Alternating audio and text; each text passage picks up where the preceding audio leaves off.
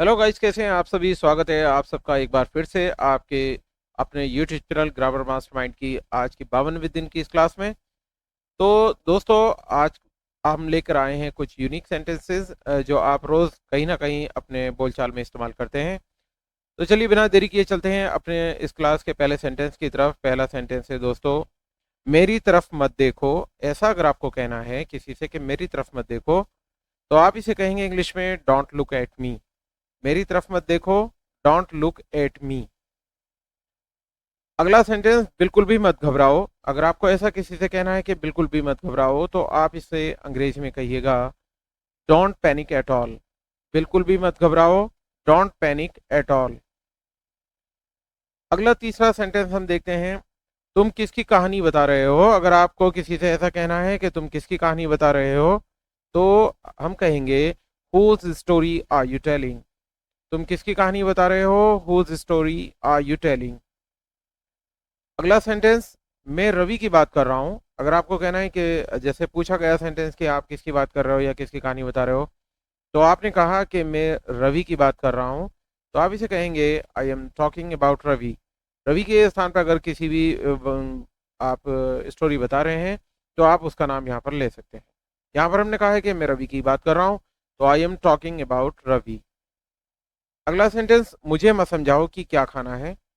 आपको ऐसा सेंटेंस बोलना है कि मुझे मत समझाओ कि क्या खाना है, तो आप इसे कहेंगे don't tell me what to eat. Don't tell me what to eat. मुझे मत समझाओ कि क्या खाना है। वैसे आपका क्या ख्याल है, अगर मान लीजिए आप किसी कोई बात कर रहे हैं और आप उससे सामने वाले से उसके ओपिनियन जानना चाहते हैं, तो आप कहते हैं कि वैसे आपका क्या ख्याल है। तो आप इसे पूछते हैं well what do you think. Well what do you think. वैसे आपका क्या ख्याल है, यानी आप इस बारे में क्या सोचते हैं। आपको उसके काम से क्या लेना देना। आपको अगर किसी को ऐसा सजेशन दे रहे हैं कि आपको उसके काम से क्या लेना देना, आप अपने काम से काम रखिए, तो आपको उसके काम से क्या लेना देना, तो इसे आप कहेंगे what do you have to do with his work. What do you have to do with his work. आपको उसके काम से क्या लेना देना। उसे तो बिल्कुल भी परवाह नहीं थी। अगर आपको ऐसा कहना है, तो आप कहिएगा he didn't care at all. उसे तो बिल्कुल भी परवाह नहीं थी, he didn't care at all. अगले सेंटेंस की तरफ बढ़ते हैं, हम हमेशा साथ साथ रहते हैं। आपको ऐसा कहना है, तो आप कहिएगा we are always together. We are always together. हम हमेशा साथ साथ रहते हैं। उसकी मत पूछो, वो तो अलग ही दुनिया में रहता है। अगर आप किसी के बारे में बात कर रहे हैं और आपको लगता है कि वो हमेशा बहुत ही अलग अलग सा रहता है, और जैसे कह देते हैं कि वो बस अपनी ही धुन में रहता है, तो आप इसको कहेंगे उसको मत पूछो कि वो तो अलग ही दुनिया में रहता है। तो बनाएंगे इसका sentence, don't ask him, he lives in a different world. Don't ask him, he lives in a different world. उसकी मत पूछो, वो तो अलग ही दुनिया में रहता है। मुझे तुम्हें हर चीज बतानी पड़ती है। ऐसा अगर आप किसी को कह रहे हैं, तो आप कहेंगे I have to tell you everything. I have to tell you everything. मुझे तुम्हें हर चीज बतानी पड़ती है। मुझे स्कूल से आकर खाना बनाना पड़ता है। ऐसा सेंटेंस अगर आपको कहना है, तो आप कहेंगे I have to come from school and cook. I have to come from school and cook. मुझे स्कूल से आकर खाना बनाना पड़ता है। तुम यहीं ठहरो, मुझे कहीं जाना है। आप कहेंगे you stay here, I have to go somewhere. तुम यहीं ठहरो, मुझे कहीं जाना है। You stay here, I have to go somewhere. मुझे अब कहीं नहीं जाना है। अगर आपको ऐसा कहना है मुझे अब कहीं नहीं जाना है, तो आप कहेंगे I don't have any where to go now. मुझे अब कहीं नहीं जाना है। I don't have any where to go now. मैं भीड़ के बीच में फंस गया था। ऐसा अगर आपको कहना है, तो आप कहेंगे I was stuck in the middle of the crowd. मैं भीड़ के बीच में फंस गया था। I was stuck in the middle of the crowd. उस समय मेरे दिमाग से ये बात निकल गई। ऐसा सेंटेंस अगर आपको कहना है, उस समय मेरे दिमाग से ये बात निकल गई, तो आप कहेंगे at that moment this thing went out of my mind.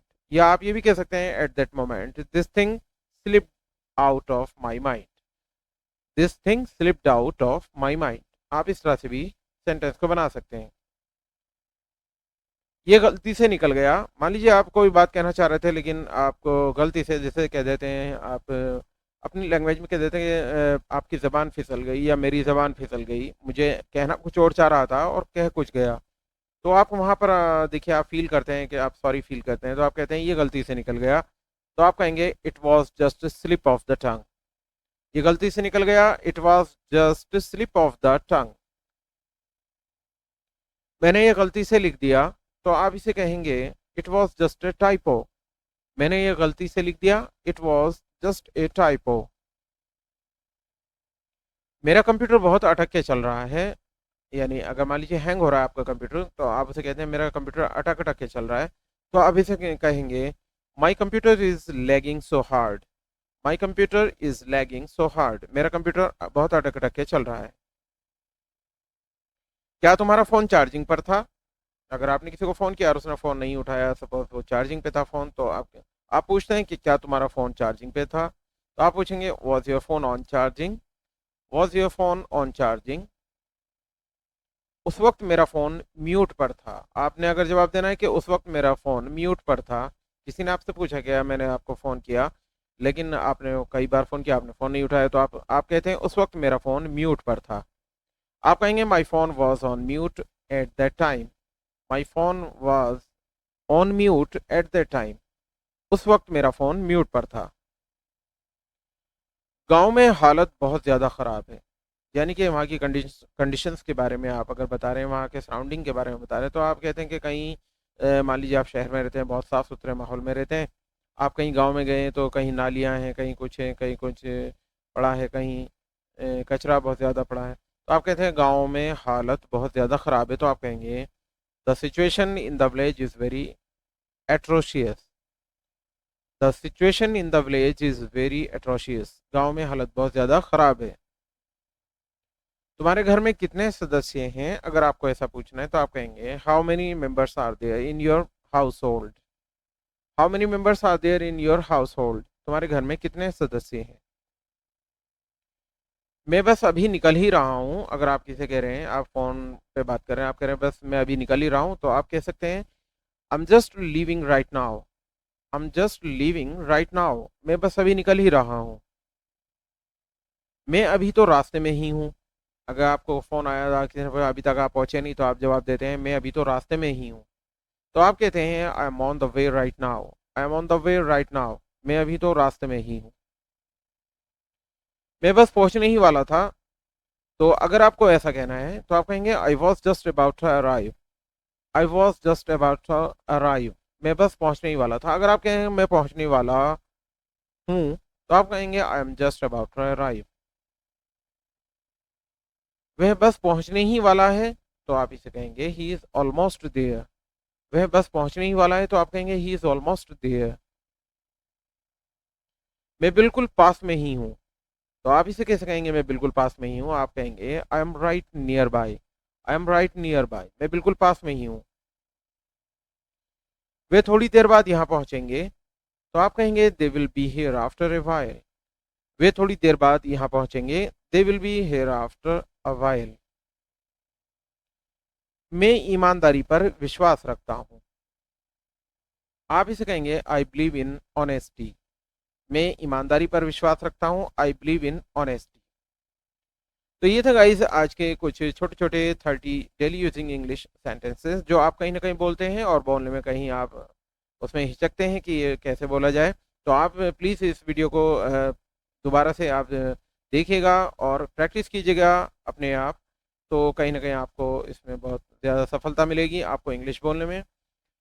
दोस्तों अगर आपको इस वीडियो से अगर कुछ सीखने को मिलता है तो प्लीज़ मेरे इस वीडियो को और इस चैनल को लाइक और सब्सक्राइब ज़रूर कर लीजिएगा और साथ ही साथ बेल आइकन को भी क्लिक कर लीजिएगा ताकि आपको मेरे आने वाले वीडियोस की नोटिफिकेशन सबसे पहले मिल सके। तो दोस्तों मिलता हूँ आपको अगली वीडियो में, तब तक के लिए बाय बाय।